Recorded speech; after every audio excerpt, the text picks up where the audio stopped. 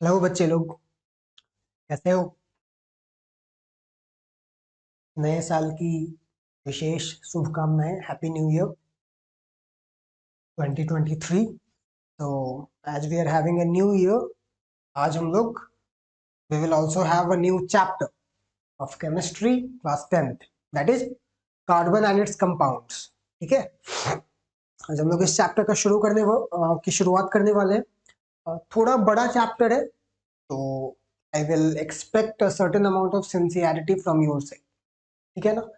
बड़ा चैप्टर है, बड़ा इंटरेस्टिंग चैप्टर है और बहुत क्रूशियल है। क्रूशियल इन द सेंस कि अभी तक में मतलब क्लास 10th तक में आपने जितनी भी केमिस्ट्री पढ़ी है उसमें पहली बार आप ऑर्गेनिक केमिस्ट्री पढ़ने वाले। So it's a kind of introduction, तो इसको अच्छे से पढ़ना है क्योंकि इन 11th एंड 12th ना you will have a separate subject of organic chemistry. ठीक है, केमिस्ट्री के एक में 3 ब्रांचेज होंगे, physical chemistry, inorganic chemistry and organic chemistry. It will be a whole new subject.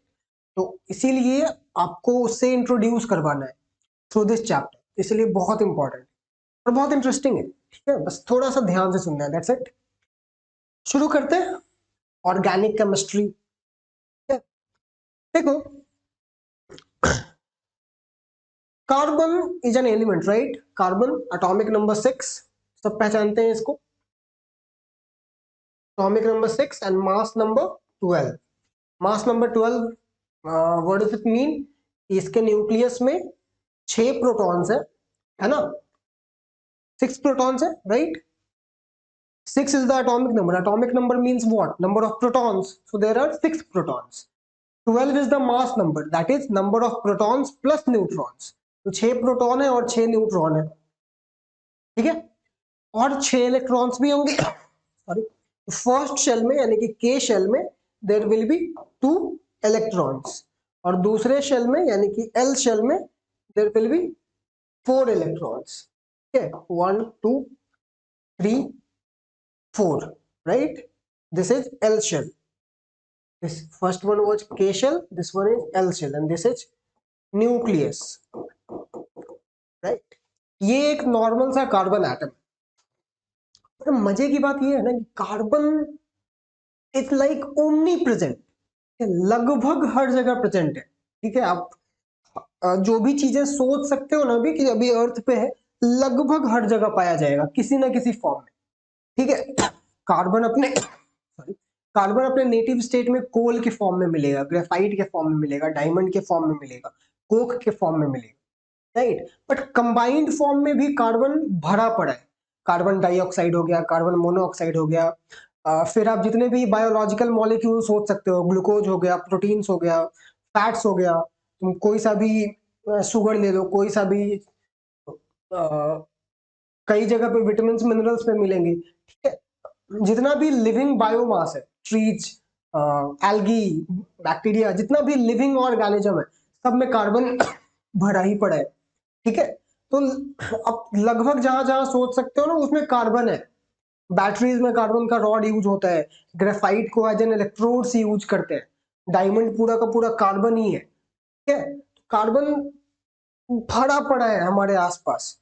ठीक है, अब इसका कुछ तो खास होगा ना, कार्बन में कुछ तो स्पेशल होगा कि कार्बन इतने जगह पे प्रेजेंट है, इतने आराम से मॉलिक्यूल्स बना रहा है, बॉन्ड्स बना रहा है। कुछ तो खास बात होगी कार्बन में जो कि बाकी सारे एलिमेंट्स में नहीं है। ठीक है, कार्बन लगभग बहुत सारे नॉन मेटल्स के साथ बॉन्ड बना लेता है, हर जगह प्रेजेंट है, इसके साथ बॉन्डिंग करके, उसके साथ बॉन्डिंग करके। ऐसा क्यों? कार्बन ऐसा नहीं है कि is the most abundant element, ऐसा बिल्कुल नहीं है। ठीक है, लेकिन ये इसका जो स्प्रेड है ना, इसकी जो अवेलेबिलिटी है, लगभग हर जगह पाई जा रही है। There must be something special in carbon atom, right? यही हमें जानना है। देखो, हुआ क्या ना कि जब लोगों ने एनालाइज किया कि हमारे पास टोटल कितने मॉलिक्यूल्स हैं, कितने केमिकल कंपाउंड्स हैं, तो पीरियोडिक टेबल में करीब नेचुरल और सिंथेटिक एलिमेंट्स को मिलाकर 118 एलिमेंट्स, राइट?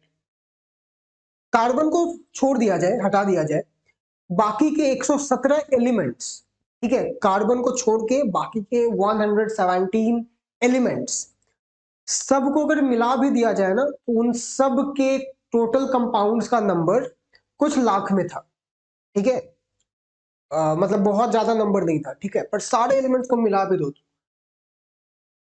लेकिन अकेले कार्बन जितने मॉलिक्यूल्स बनाता है, अब अकेले मतलब कार्बन खुद के साथ तो नहीं बनाएगा, किसी दूसरे के साथ ही बनाएगा, लेकिन कार्बन जिन भी मॉलिक्यूल्स में इन्वॉल्व है, स्पेशली हाइड्रोकार्बन्स, मतलब कार्बन और हाइड्रोजन के मॉलिक्यूल्स, तो कार्बन जिन मॉलिक्यूल्स में प्रेजेंट है, सिर्फ अगर उन मॉलिक्यूल्स का नंबर देखा जाए, देवर इन करोड़्स, ठीक है, देवर इन मिलियंस, ठीक है, अकेले कार्बन के नंबर ऑफ मॉलिक्यूल्स बाकी सारे एलिमेंट्स के मिला भी दें तो उनसे ज्यादा थे। इसीलिए हम लोगों ने कार्बन को स्टडी करने के लिए केमिस्ट्री का एक सेपरेट ब्रांच ही बना दिया गया, नोन एज ऑर्गेनिक केमिस्ट्री, ठीक है। कुछ आई बात समझ में? कार्बन के मॉलिक्यूल्स का नंबर इतना ज्यादा है कि उसको स्टडी करने के लिए हम लोगों ने एक सेपरेट ब्रांच डेडिकेट ही कर दिया, which we today call as organic chemistry. इसमें हम लोग सिर्फ कार्बन या कार्बन के कंपाउंड्स को पढ़ते हैं, राइट। ऑर्गेनिक टर्म तुम लोग समझ ही रहे हो कहां से आ रहा है, ऑर्गन वर्ड से आ रहा है। ऑर्गेनिक, ऑर्गन यानी लिविंग बॉडी के जो ऑर्गन्स होते हैं, लिवर, स्टमक वगैरह। तो शुरू में ऐसा विश्वास था लोगों में, ऐसा लोग मानते थे कि ऑर्गेनिक मॉलिक्यूल्स सिर्फ और सिर्फ लिविंग ऑर्गेनिज्म से ही पाया जा सकता है, ठीक है। बाद में इस मिथ को, इस मिसकंसेप्शन को बस्ट कर दिया गया, खत्म कर दिया गया। Urea was the first compound जिसे लैबोरेटरी में सिंथेसाइज किया गया, ये, ठीक है। यूरिया एक ऐसा ऑर्गेनिक कंपाउंड था जिसे पहली बार एक लैबोरेटरी में आर्टिफिशियली बनाया गया। उस समय से ये मिथ खत्म हो गया कि ऑर्गेनिक कंपाउंड सिर्फ और सिर्फ लिविंग बॉडी से ही पाए जा सकते हैं, हम लोग उसे लैब्स में बना भी सकते हैं। तो ऑर्गेनिक कंपाउंड्स का डेफिनेशन फिर चेंज कर दिया, right. So that is organic chemistry. हम लोग इसमें कार्बन के बारे में पढ़ने वाले, ठीक है। अब कार्बन इतने सारे मॉलिक्यूल्स बना रहे हैं, करोड़ों मॉलिक्यूल्स हैं अकेले कार्बन के, ठीक है। हर साल 30-40 हजार मॉलिक्यूल्स कार्बन के नए नए डिस्कवर हो रहे हैं, इतने मॉलिक्यूल्स हैं, ठीक है। तो कार्बन के पास कुछ तो स्पेशलिटी होगी कि वो इतने आराम से मॉलिक्यूल्स बना पा रहे हैं, ठीक है। उसे हम लोग देखते हैं, उसे समझते हैं। So what is so special about carbon is, carbon के पास ना कुछ फीचर्स हैं जो कि सिर्फ उसी के पास है, जिसमें से एक है catenation, self linking property, a very very very important feature of carbon as an element. Catenation का मतलब क्या होता है? सेल्फ लिंकिंग प्रॉपर्टी, यानी कि खुद ही से जुड़ने की क्षमता, ठीक है। कार्बन एटम खुद ही के साथ जुड़ सकता है। अब खुद ही के साथ क्यों जुड़ सकता है? इसके दो मेजर रीजंस हैं। एक, that carbon atom is tetravalent, carbon की वैलेंसी 4 होती है, ठीक है। और दूसरा, कार्बन के एटम का साइज छोटा होता है, it has small size, right. ये दो रीजंस की वजह से कार्बन कैटेनेशन को बहुत अच्छे से शो करता है। तो स्मॉल साइज एटम्स, इससे मेरा क्या मतलब है, एक कार्बन का एटम है, ठीक है, इसके पास कितने वैलेंस इलेक्ट्रॉन्स है? 4। दूसरे शेल में 4 ही इलेक्ट्रॉन है ना, टोटल 6 इलेक्ट्रॉन्स है। तो पहले शेल में 2 और दूसरे शेल में 4, 4 वैलेंस इलेक्ट्रॉन्स है। तो हम लोग जब लुईस डॉट स्ट्रक्चर बनाते हैं तो हम लोग इलेक्ट्रॉन्स को डॉट से दिखाते हैं और सारे वैलेंस इलेक्ट्रॉन्स को दिखाते हैं, भले ही उनका काम हो या ना हो, पर हम लोगों को सारे वैलेंस इलेक्ट्रॉन्स दिखाने हैं। अब इस कार्बन की वैलेंसी 4 है, 4 इलेक्ट्रॉन्स है इसके पास, और इसे 4 और चाहिए to achieve octet configuration. Octet तो पता है ना, वैलेंस शेल में किसी भी एलिमेंट के एटम को के पास 4 इलेक्ट्रॉन्स होने चाहिए, ठीक, सॉरी 8 इलेक्ट्रॉन्स होने चाहिए। अगर 8 इलेक्ट्रॉन्स है तो वो एटम मस्त स्टेबल रहेगा। इसके पास 4 ही है, तो या तो ये 4 गेन कर ले या ये 4 डोनेट कर दे, ये भी एक ऑप्शन है। दो ऑप्शन है ना, या तो कार्बन 4 इलेक्ट्रॉन्स डोनेट कर दे और C4+ बन जाए, इसको हम लोग कार्बोनियम आयन बोलते हैं, या कार्बन 4 इलेक्ट्रॉन एक्सेप्ट कर ले, राइट, और C4- बन जाए, जिसे हम लोग कार्बन आयन बोलते हैं। This is called carbonium ion C4+, right. और इसे हम लोग बोलते हैं कार्बन आयन, ठीक है। In reality, in practice, both these entities are not possible to be formed. इन दोनों का फॉर्मेशन पॉसिबल ही नहीं है प्रैक्टिकली। क्यों? क्योंकि कार्बन जब चार्ज इलेक्ट्रॉन डोनेट करेगा, देखो तुम लोगों ने आयंस जब पढ़े होंगे, कटायंस एंड आयंस, तो आप लोगों ने सुना होगा Ca2+, Mg2+, Al3+, Fe3+, लेकिन कभी 4+ नहीं सुना होगा। सिमिलरली माइनस में भी आपने सुना होगा PO4 3- phosphate ion, O2- oxide ion, S2- sulphide ion, T3- phosphide ion, लेकिन कभी भी 4- नहीं सुना होगा। क्योंकि एक एटम ना प्रैक्टिकली 3 इलेक्ट्रॉन्स ही डोनेट या एक्सेप्ट कर सकता है मैक्सिमम, राइट? क्योंकि खुद ही सोचो कि जब कार्बन 4 इलेक्ट्रॉन्स डोनेट करता है, तो पहले क्या था कि एक इलेक्ट्रॉन डोनेट किया तो उसके लिए ना कुछ एनर्जी चाहिए होती है। अगर मैं कार्बन एटम को कुछ एनर्जी दूं तो वो एक इलेक्ट्रॉन एक्साइटेड स्टेट में चला जाएगा और वो एटम को लेकर को छोड़कर भाग जाएगा, ठीक है? तो क्या बन जाएगा? C+। थोड़ी और एनर्जी दूं तो एक और इलेक्ट्रॉन निकल जाएगा, बन जाएगा C2+। थोड़ी और एनर्जी दूं तो बन जाएगा C3+। थोड़ी और दूं तो बन जाएगा C4+। प्रॉब्लम ये है कि ये जो एनर्जी देना है, जितनी एनर्जी देनी है, जितना एनर्जी डिमांड है उसका, उतनी एनर्जी प्रैक्टिकली दे पाना या उस एटम के लिए गेन कर पाना पॉसिबल नहीं है, ठीक है?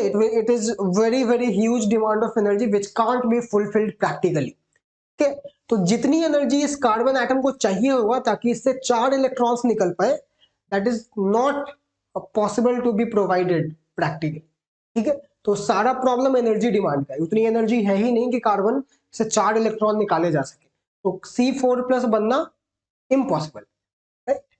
दूसरी पॉसिबिलिटी क्या थी कि कार्बन 4 इलेक्ट्रॉन एक्सेप्ट कर ले, बन जाएगा C4- कार्बोनियम आयन। इसमें क्या दिक्कत है? इसमें दिक्कत दो दिक्कत, एक दिक्कत तो एनर्जी ही है, एनर्जी डिमांड का इसमें भी प्रॉब्लम है, लेकिन एक प्रॉब्लम और है। पहले क्या था कि इस कार्बन के पास 6 प्रोटॉन्स है और 6 इलेक्ट्रॉन्स है, ठीक है? लेकिन जैसे ही इसने 4 इलेक्ट्रॉन गेन किया, कार्बोनियम आयन, कार्बन आयन बना, इसके पास प्रोटॉन्स अभी भी 6 ही है। प्रोटॉन्स का नंबर तो चेंज नहीं होता, तो फिक्स्ड रहता है, तभी तो एटॉमिक नंबर को नंबर ऑफ प्रोटॉन बोलते हैं, नंबर ऑफ इलेक्ट्रॉन नहीं बोलते, ठीक है? या बोलते हैं तो number of electrons in a neutral atom बोलते हैं, राइट? लेकिन तो इलेक्ट्रॉन्स हो गए हैं 10, प्रोटॉन्स अभी भी 6 ही प्रोटॉन है। तो पहले क्या था ना कि 6 प्रोटॉन्स के लिए 6 इलेक्ट्रॉन्स को हैंडल करना ठीक था। अभी 6 प्रोटॉन के लिए 10 इलेक्ट्रॉन को हैंडल करना बहुत मुश्किल हो जाएगा, राइट? प्लस जो इलेक्ट्रॉन्स आए हैं गेन होकर, उन इलेक्ट्रॉन्स में कि आपस में भी तो रिपल्सन होगा ना। 6 से 10 इलेक्ट्रॉन हो गए डायरेक्ट, 4 इलेक्ट्रॉन बढ़ गए ना भाई, तो इलेक्ट्रॉन्स के बीच में आपस में रिपल्सन होगा, तो इलेक्ट्रॉन्स के बीच में आपस में रिपल्सिव फोर्स लग रहा है, ठीक है? और प्रोटॉन उनको पकड़ के होल्ड करके रखना चाह रहा है, अट्रैक्ट करके रखना चाह रहा है, ठीक है? सिचुएशन ऐसा हो जाएगा ना 10 इलेक्ट्रॉन्स में कि repulsive force will dominate attractive force, ठीक है? प्रोटॉन जो अट्रैक्टिव फोर्स लगाएगा और इलेक्ट्रॉन्स के बीच में जो रिपल्सिव फोर्स लगेगा, वो रिपल्सिव फोर्स अट्रैक्टिव फोर्स से ज्यादा होगा, तो इलेक्ट्रॉन्स वहां पर स्टेबली एग्जिस्ट ही नहीं कर पाएंगे। वो अगर उनको आपने जबरदस्ती डाल भी दिया तो वो वापस चले जाएंगे, ठीक है? तो इसका फॉर्मेशन भी पॉसिबल नहीं है, राइट? तो कहने का मतलब कार्बन ना इलेक्ट्रॉन डोनेट कर सकता है ना गेन कर सकता है। तो जब डोनेट भी ना कर पाए और गेन भी ना कर पाए, तो एक ही ऑप्शन बचता है किसी एटम के पास ऑक्टेट अचीव करने का, शेयरिंग, राइट? और जब कोई भी एलिमेंट इलेक्ट्रॉन्स शेयर करे टू अचीव ऑक्टेट, तो उससे उससे जिस टाइप का बॉन्ड बनता है उसे हम लोग क्या बोलते हैं? Covalent bond. तो कार्बन जो है वो कोवैलेंट बॉन्ड बनाने में माहिर है, ठीक है? Carbon forms very very strong covalent bond.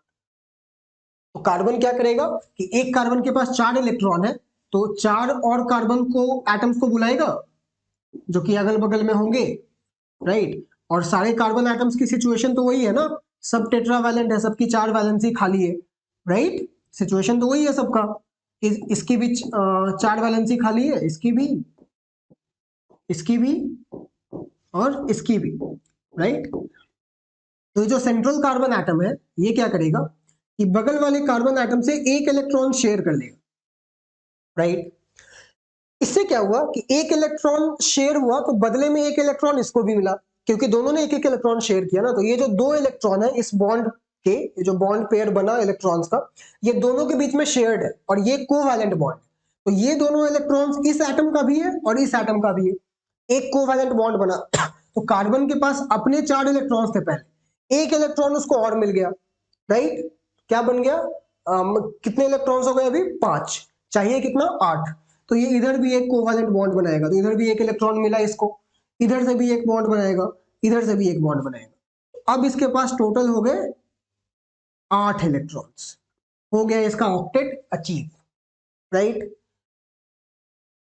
अब ये सब जो एटम्स बच गए अगल बगल वाले, तो इनके भी तो आसपास और भी एटम्स होंगे, बता रही है समझ में। इसके भी, ये भी तो घिरा हुआ होगा ऐसे एटम से, दूसरे कार्बन एटम से, जिन सब की 4 वैलेंसी खाली होगी, ठीक है। तो ये ऐसे इस तरीके से बॉन्ड बनाते रहेंगे, और ये जो बॉन्ड बनता जाएगा ना कोवैलेंट बॉन्ड, तो कार्बन एटम्स का ऑक्टेट अचीव होता जाएगा, राइट। तो क्या हो रहा है कि कार्बन खुद ही से जुड़ रहा है, खुद के ही एटम से जुड़ता जा रहा है। इसी को हम लोग सेल्फ लिंकिंग प्रॉपर्टी बोलते हैं या कैटेनेशन बोलते हैं।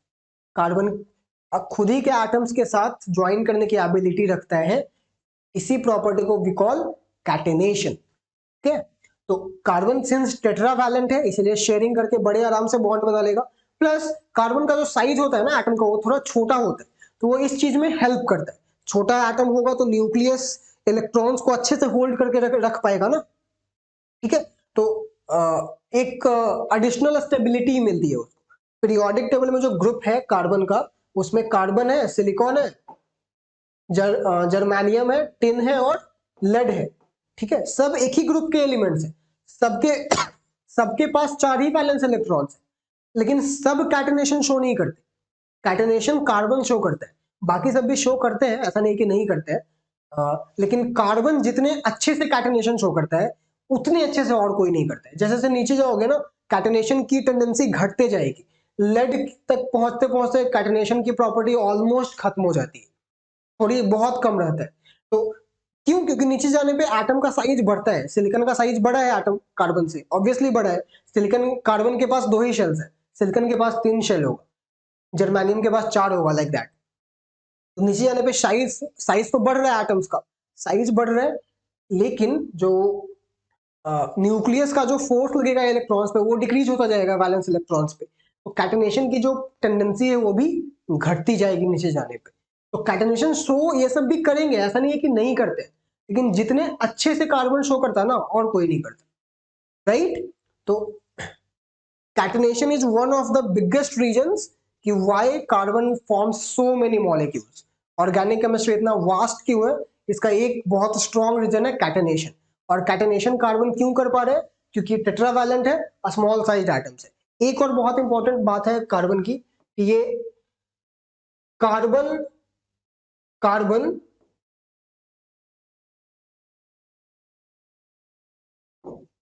कार्बन कार्बन मल्टीपल बॉन्ड्स बना सकता है।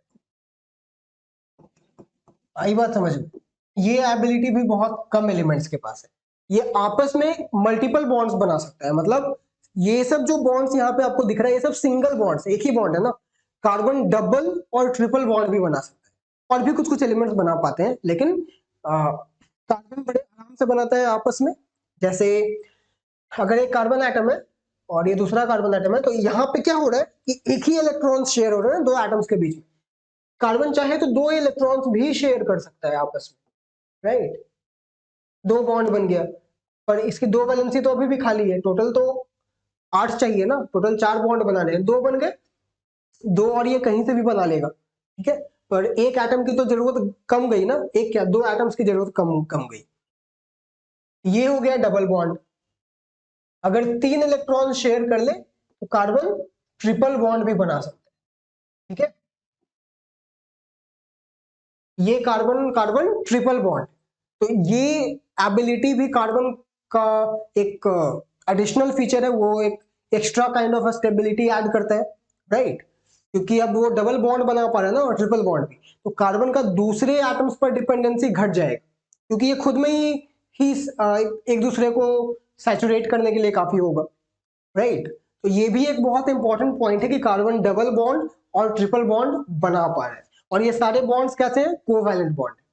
ठीक है, तो कार्बन कार्बन जो कोवैलेंट बॉन्ड है वो कितने टाइप्स के हो गए, एक तो सिंगल बॉन्ड हो गया, carbon carbon single bond, carbon carbon double bond, और carbon carbon triple bond, right.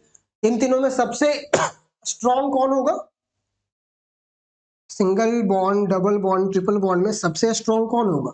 अगर मैं इधर मूव करूं तो बॉन्ड स्ट्रेंथ घटेगा या बढ़ेगा, ऑब्वियसली बढ़ेगा।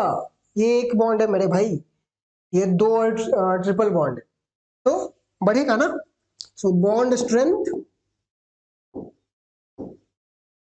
विल इंक्रीज, लेकिन बॉन्ड लेंथ विल डिक्रीज। ये समझ में आ रही है बात। ट्रिपल बॉन्ड का स्ट्रेंथ डबल बॉन्ड से ज्यादा होगा, सिंगल बॉन्ड से भी, और उसका सिंगल बॉन्ड से ज्यादा होगा, लेकिन इधर जाने पे लेंथ घटेगा बॉन्ड का, घटना भी चाहिए, फोर्स ज्यादा होगा तो वो दोनों एटम्स को और जोर से खींच के रखेगा ना, तो उसके बीच का जो डिस्टेंस है एटम्स के बीच का वो घटेगा, राइट। तो उधर जाने पे फोर्स बढ़ रहा है, स्ट्रेंथ बढ़ रहा है बॉन्ड का, तो एटम्स को और क्लोजली ड्रॉ करेगा एक दूसरे को, तो बॉन्ड का लेंथ घटेगा। क्लियर है बात। प्लस जो सिंगल बॉन्ड होता है ना उसमें रोटेशन अलाउड होता है, ये बात आ रही है समझ में, मतलब इसमें एटम्स का रोटेशन अलाउड होता है, बाकी दोनों में नहीं होता है। रोटेशन अलाउड का मतलब एक बॉन्ड है, राइट, दोनों साइड एक एक एटम है, तो एक ही बॉन्ड है तो दोनों एटम्स ऐसा घूम सकते हैं एक दूसरे के रिस्पेक्ट। आ रही है बात समझ में। लेकिन जब दो बॉन्ड हो गए तो दो बॉन्ड में अब वो दोनों साइड से एटम इंसर्टेड है ना, तो अब दोनों एटम्स एक दूसरे के रिस्पेक्ट में नहीं घूम सकते, घूमेगा तो पूरा मॉलिक्यूल ही घूम जाएगा, राइट। लेकिन ऐसा कभी नहीं होगा कि एक एटम ना घूमे और सिर्फ दूसरा घूम रहा है, वो पॉसिबल नहीं हो पाएगा। ट्रिपल बॉन्ड में तो और भी पॉसिबल नहीं हो पाएगा, राइट। तो सिंगल बॉन्ड में रोटेशन अलाउड होता है, एक एटम स्टैटिक रह सकता है, दूसरा एटम घूम सकता है उसके रिस्पेक्ट में, लेकिन डबल और ट्रिपल बॉन्ड में रोटेशन इज नॉट अलाउड। ठीक है, क्लियर है बात। तो इतनी सारी बातें आपको इस चैप्टर में एक फंडामेंटल नॉलेज के लिए समझनी होगी। ठीक है, ये कार्बन के लिए इंट्रोडक्शन है, क्या क्या समझना है, कुछ खास नहीं समझना है। कार्बन का एटॉमिक नंबर 6 होता है, उसके पास 6 इलेक्ट्रॉन्स होते हैं, राइट।